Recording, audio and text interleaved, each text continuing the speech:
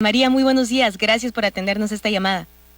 ¿Qué tal? Buen día, Selena. Un gusto saludarla, al igual que a su auditorio. Al contrario, gracias por aceptar y sobre todo por aclararnos estos temas que tienen que ver en el contexto internacional. Sabemos que el presidente Andrés Manuel López Obrador pues ha dado mucho de qué hablar, sobre todo como un líder, pudiéramos considerarlo, ya en algunos países de Centroamérica en los que se les ha invitado, pero por otra parte también tenemos otras lecturas que pues hubo cosas un tanto extrañas. ¿Qué pasó desde su punto de vista como internacionalista, María Cristina? Bueno, esta cumbre puede resultar extraña porque nosotros hemos visto que el presidente de México no viaja a menudo. Los 3 viajes previos que ha realizado han sido a Estados Unidos. Y bueno, súbitamente anunció que iría a Centroamérica, concretamente a Guatemala, Honduras, El Salvador y Belice, y a Cuba, en una visita que además acortó, porque él originalmente había anunciado que volvería hoy a México y la redujo esta visita y regresó ayer mismo al país. Es una visita política, puesto que si bien es cierto que el gobierno de López Obrador ha insistido mucho en cooperar económicamente con las naciones centroamericanas para mitigar las causas de la migración, nosotros sabemos que a Honduras y a El Salvador se les ha incluido en los programas Sembrando Vida y otros más, precisamente para reducir las presiones migratorias. Lo cierto es que a esta reunión al presidente solamente lo acompañaron el canciller y los titulares de la Sedena y de la Secretaría de Marina.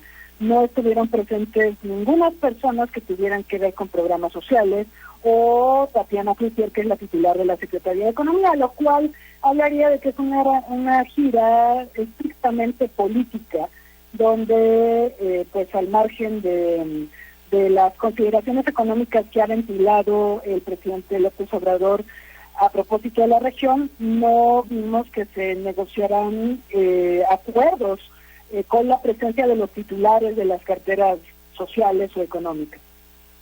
En este caso, otro punto importante en el que se había hablado previo que tocaría en la gira es el tema del fenómeno migratorio. ¿Se llegaron a acuerdos en esta cuestión? Bueno, el tema migratorio, el enfoque que le ha dado México es justamente combatir sus raíces. Tenemos una crisis migratoria en la frontera sur por la enorme cantidad de centroamericanos, muchos de ellos hondureños, salvadoreños que buscan ingresar a México o ingresar a Estados Unidos y a México. Pero el presidente ha buscado mitigar esto a través de los programas sociales. Más allá de eso, creo que no se concretó ningún otro aspecto en particular. Yo lo que considero es que esta reunión es una forma que tiene López Obrador de responderle a Biden, quien será el anfitrión el próximo mes de la Cumbre de las Américas, de la que excluyó a Cuba, a Venezuela y a Nicaragua por ser aliados de Rusia. Y López Obrador, recordamos que le recriminó a Biden el que no incluya a todos los países de la región en esta cumbre. Entonces yo veo la gira de López Obrador un poco como respuesta de México a todas esas exclusiones de Estados Unidos hacia América Latina, recordando también que en México esto es una disputa de larga data por Centroamérica. Estados Unidos, por ejemplo, tiene el CAFTA, el Tratado de Libre Comercio con Centroamérica y la República Dominicana. Nosotros hemos desarrollado históricamente iniciativas como el Plan Puebla-Panamá, la iniciativa mesoamericana y otras más. Y bueno, siempre ha habido esta disputa donde tanto Estados Unidos como México buscamos promover nuestros intereses en Centroamérica y el Caribe.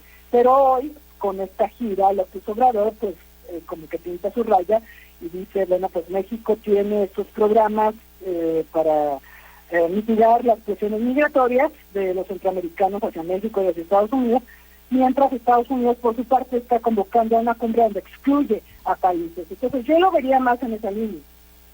Claro, y sobre todo también un tema que yo creo que es importante considerar y aclarárselo a la audiencia es la interpretación que se tuvo en cada uno de estos países. Si bien sabemos Guatemala, El Salvador, Honduras, Belice, pues que están aquí en la parte sur de México, podemos decir que ellos pues tienen una situación más similar, pero el caso de Cuba es muy particular, sobre todo por lo que sabemos de este régimen político que tienen, la historia que tienen también revolucionaria y también las palabras que el presidente Andrés Manuel López Obrador utilizó en este discurso, que es lo que ha llamado muchísimo la atención, sobre todo por el hecho de también ponerse a disposición de ser este intermediario con el presidente de Estados Unidos, Joe Biden, una relación que sabemos que desde hace muchísimos años, pues es una relación bastante tensa.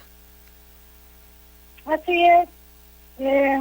Nosotros recordamos que el año pasado, en septiembre, el presidente cubano Díaz-Canel fue el invitado de honor durante los festejos por la independencia y enseguida 2 días llevó a cabo la cumbre de la CELAC, de esta comunidad de estados latinoamericanos y el Caribe, y bueno, estuvo presente tanto el presidente cubano como el presidente de Venezuela, y digamos la reunión pues tuvo esta polémica de críticas de algunos presidentes, como el presidente de Uruguay, hacia Venezuela y Cuba por considerar las naciones no democráticas en fin. Pero digamos, la relación México-Cuba ha sido una relación plagada de simbolismos. Cuba nunca ha recibido inversiones cuantiosas de parte de México, o sea, el apoyo que México ya ha dado a Cuba históricamente, por lo menos hasta principios de siglo, partía de un entendimiento en el que México no apoyaba las relaciones políticas con Cuba, a cambio de que Cuba no apoyara los movimientos guerrilleros en México. Y bueno, esa relación funcionó muy bien hasta que llegó Vicente Fox y cambió los términos de la relación, y entonces comenzó de paz y de tener contactos con los disidentes políticos, y eso modificó sustancialmente la relación de México con Cuba. Pero bueno, el hecho de que actualmente el presidente López Obrador juegue un poco en la relación con Cuba a ser el mediador, pues es parte de la historia de la relación de México con Cuba. México ha tratado históricamente de ser el fiel de la balanza y de ser quien promueva un diálogo, aunque no hay que olvidar, Cuba durante la presidencia de Obama tuvo importantes acercamientos con Estados Unidos sin que México fuera interlocutor, y finalmente Estados Unidos estableció relaciones diplomáticas con Cuba. Yo creo que México ha perdido mucha interlocución con Cuba. Ahora el presidente López Obrador pretende recuperarla, pero el problema actual es que también Cuba, igual que Nicaragua y Venezuela, son vistos como aliados de Rusia por parte de Estados Unidos, por la que Estados Unidos está excluyendo a estos 3 países de la próxima cumbre de las Américas. Y claro, el contexto de la guerra Rusia-Ucrania pues sigue permeando las relaciones entre los países latinoamericanos y Estados Unidos. ¿Crees que en ese sentido entonces, María Cristina, el resultado que tuvo el presidente Andrés Manuel López Obrador después de esta gira será favorable o no? Depende cómo mira usted favorable, porque el hecho de que haya viajado a países distintos de Estados Unidos es bueno, yo creo que es bueno. No vamos a ver muchos viajes internacionales del presidente, la realidad es que pues, él no parece que le importe mucho la política internacional. Él le ha delegado al canciller Ebrard nuestras relaciones exteriores, y es Ebrard el que normalmente viaja a distintas partes del mundo para cubrir esta parte de los vínculos internacionales de México. Me parece sano que el presidente haya ido a Centroamérica, a Cuba, porque son parte de nuestra zona de seguridad y de nuestra esfera de influencia, pero más allá de eso no veo que se concreten programas económicos o alguna iniciativa equivalente al Plan Puebla-Panamá o un fortalecimiento del comercio con los países visitados, ¿no? Yo creo que mayormente la preocupación ha sido los temas de seguridad, el tema migratorio, el tema del tráfico de personas, el tráfico de estupefacientes, y sobre todo también tener contento a Estados Unidos, porque Estados Unidos quiere que México haga un esfuerzo de contención de la migración desde México hacia Centroamérica y los países caribeños. Perfecto, pues apenas el tiempo nos va a dar la respuesta si esto tuvo pues una reacción favorable.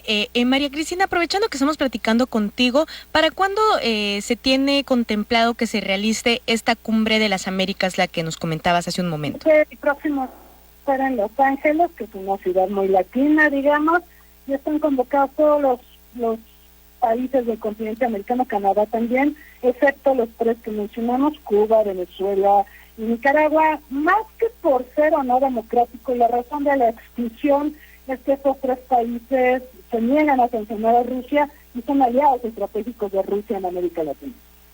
Pues ni modo, ahora sí que es algo que estamos viendo en el contexto internacional, los mismos aranceles, las multas que han interpuesto, y no se ve todavía la luz al final del túnel de este conflicto que está sucediendo entre Rusia y Ucrania. Así es, y bueno, mi queja al respecto es que en otros tiempos, cuando se hacían estas cumbres de las Américas, se incluía a todos los países, porque no es posible convocar a una cumbre y empezar a excluir. Claro. Porque eso le resta liderazgo a Estados Unidos. Y ahora a Biden se le ocurre. Entonces, de entrada ya es una cumbre que se está acercando mucho al fracaso antes de llevarse a cabo. Pues estaremos muy pendientes de cuando suceda, y si nos permites, María Cristina, dejamos el micrófono abierto contigo para cuando una vez ya se lleve a cabo esta cumbre, ver qué es lo que sucede en ella, quién acude, quién no, y si se dan estas invitaciones a estos países que fueron excluidos por lo que ya nos comentabas, este conflicto entre Rusia y Ucrania. Creo que sí, con todo gusto, Selena. Gracias, que tengas excelente día. Igualmente, hasta pronto.